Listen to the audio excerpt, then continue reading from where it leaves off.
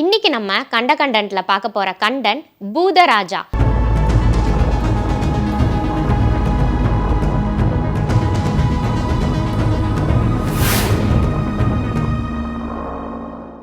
ஒடிசால சொல்லப்பட்டு வர ஒரு நாட்டுப்புற கதை தான் இந்த பூதராஜா. ஒடிசால ஒரு சின்ன வில்லேஜ் இருக்கு. அவங்களுக்கு பிரதான தொழிலே அக்ரிகல்ச்சர் தான். ஒரு வருஷம் மழை பெய்யலனா கூட அங்க இருக்க மக்கள் ரொம்பவே கஷ்டப்படுவாங்களாம்.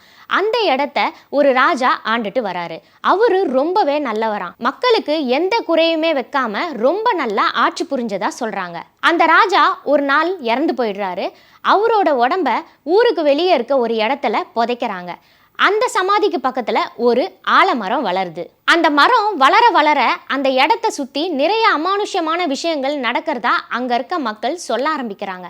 அதாவது அந்த ராஜாவோட ஆவிதான் அந்த மரத்துல இருக்கு அப்படின்னு ரொம்பவே நம்பியிருக்காங்க.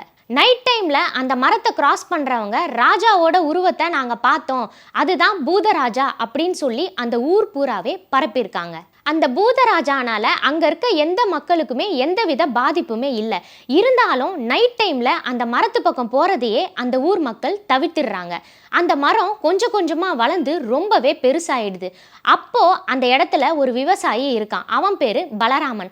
அவன் ஊருக்கு வெளியே ஒரு நிலத்துல விவசாயம் பண்ணிட்டு இருக்கான். 4-5 இயர்ஸாவே அந்த விவசாயம் ஒழுங்கா அவனுக்கு போல.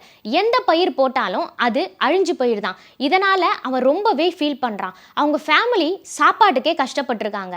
மார்னிங் அவன் வீட்டில இருந்து கிளம்பி வந்தான் அப்படின்னா அவன் நிலத்துல உட்காந்து ரொம்பவே அழுவானா, பயங்கரமா ஃபீல் பண்ணுவானா. நைட்டு வீட்டுக்கு போயிடுவானா.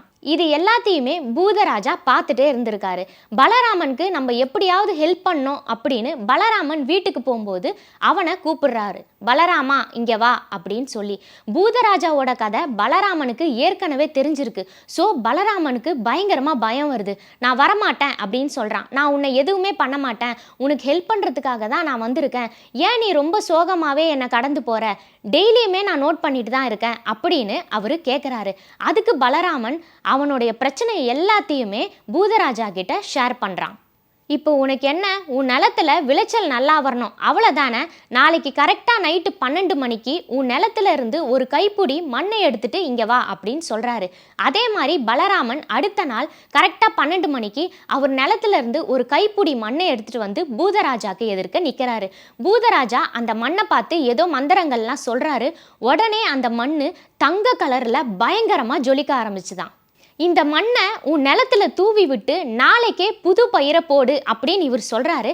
அதே மாதிரி பலராமன் அடுத்த நாளே அந்த தங்க மண்ணை அவரோட நிலத்துல தூவி புது பயிரை போடுறாரு. பயங்கர ஆச்சரியம் என்னன்னா அந்த பயிரெலாம் ரொம்ப சூப்பராகவே வளருது. இந்த மாதிரி ஒரு வளர்ச்சியை அங்கே இருந்த மக்கள் இது வரைக்கும் பார்த்ததே இல்லையா.